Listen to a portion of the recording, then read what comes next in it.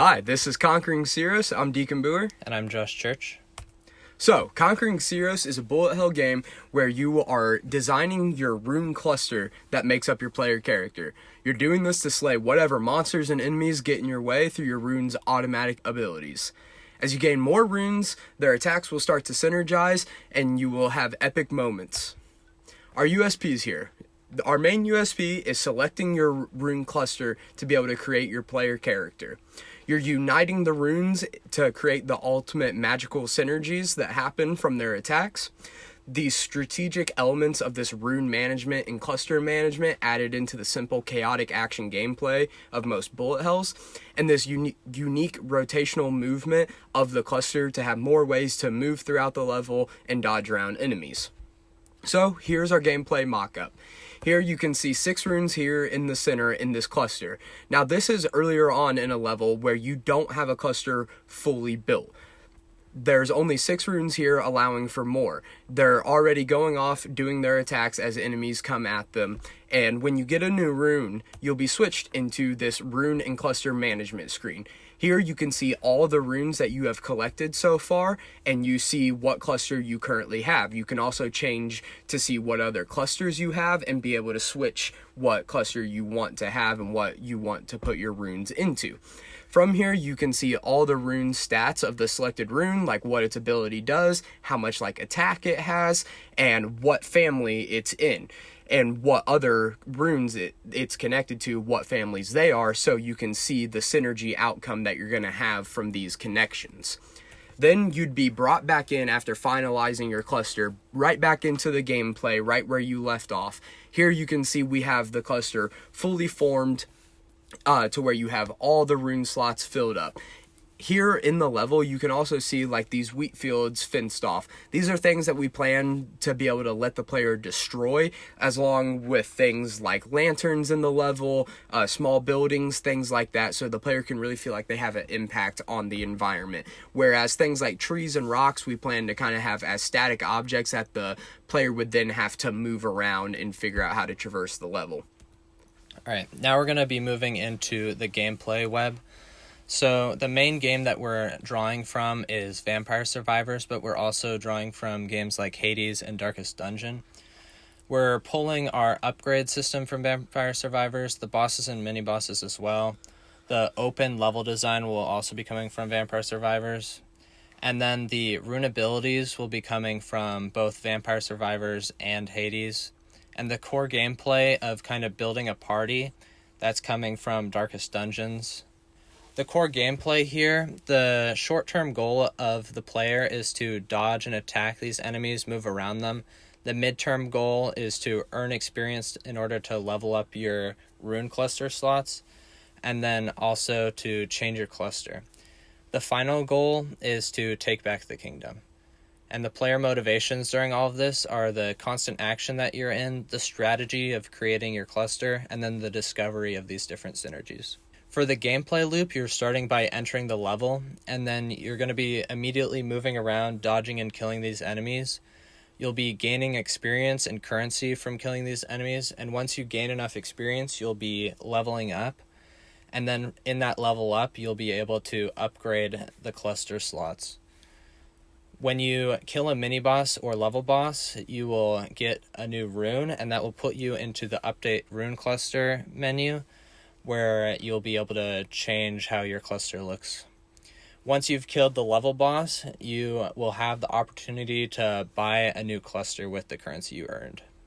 So some of our more unique roguelite elements are that you're able to buy these new clusters with the currency you have between levels.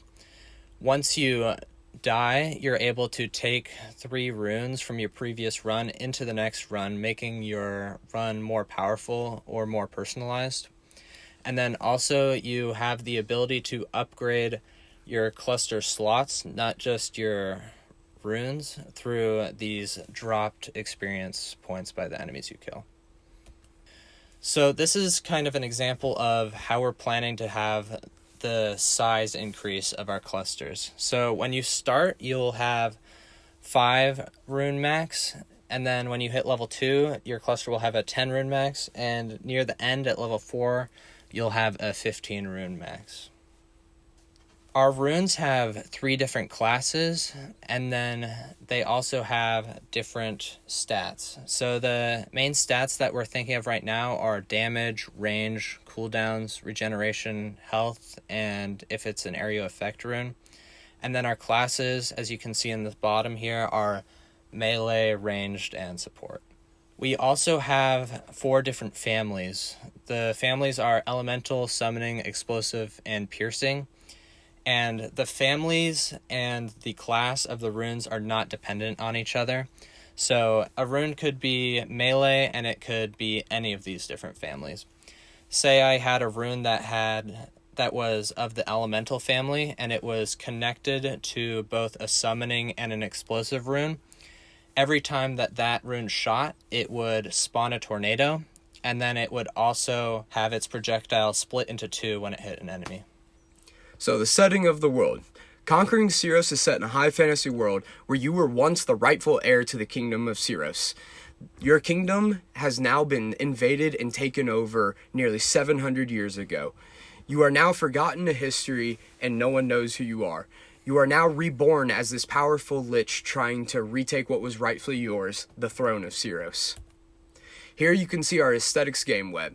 Our main stylization and rendering is pulling from Darkest Dungeon and similar comic artists that Darkest Dungeon pulled from, like Rob Liefeld, with having thick outlines, very bold and iconic, with having a lot of cross-hatching and sort of dynamic lines within that.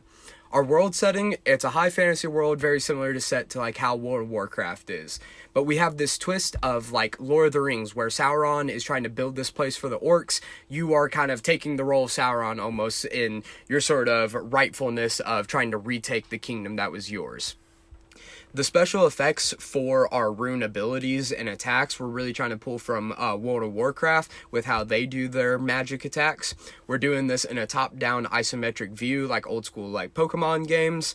And we're really trying to pull from a Zorn color palette to bring in warmth into the game and the setting.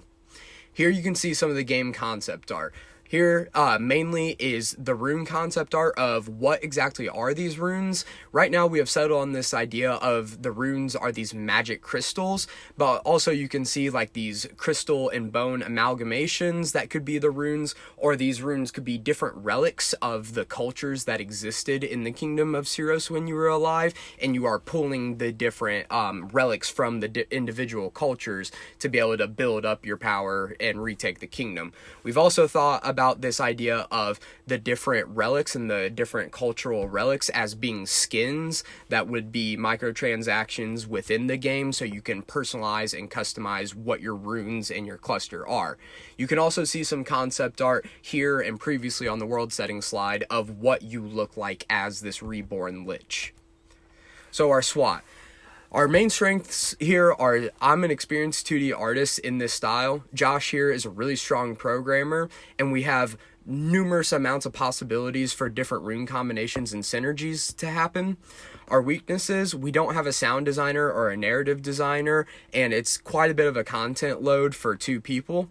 Our opportunities, people are ready for a twist on the bullet hell genre. We think it's a big opportunity to make a really good looking and stylistic vampire survivors. We also have the opportunity of negative synergies, what happens if 2 things shouldn't be put together, and a pretty malleable theme of what these runes are and what they could be. Our threats, main one is that bullet hells are a pretty red ocean, and more specifically, it's a bloody red ocean of a lot of clones are going to be coming out of vampire survivors here in the next couple of years, as well as do people want this much of a strategic bullet hell? For our scope, we're thinking of having 5 levels, 10 different enemies, 24 different runes that you're able to pick up. And then for our market, we're planning on a Steam rollout to an audience of people who enjoy action and strategy. And then we're also looking into releasing to Atari as well. Thank you for watching, and credit to Darkest Dungeon for some of the background art.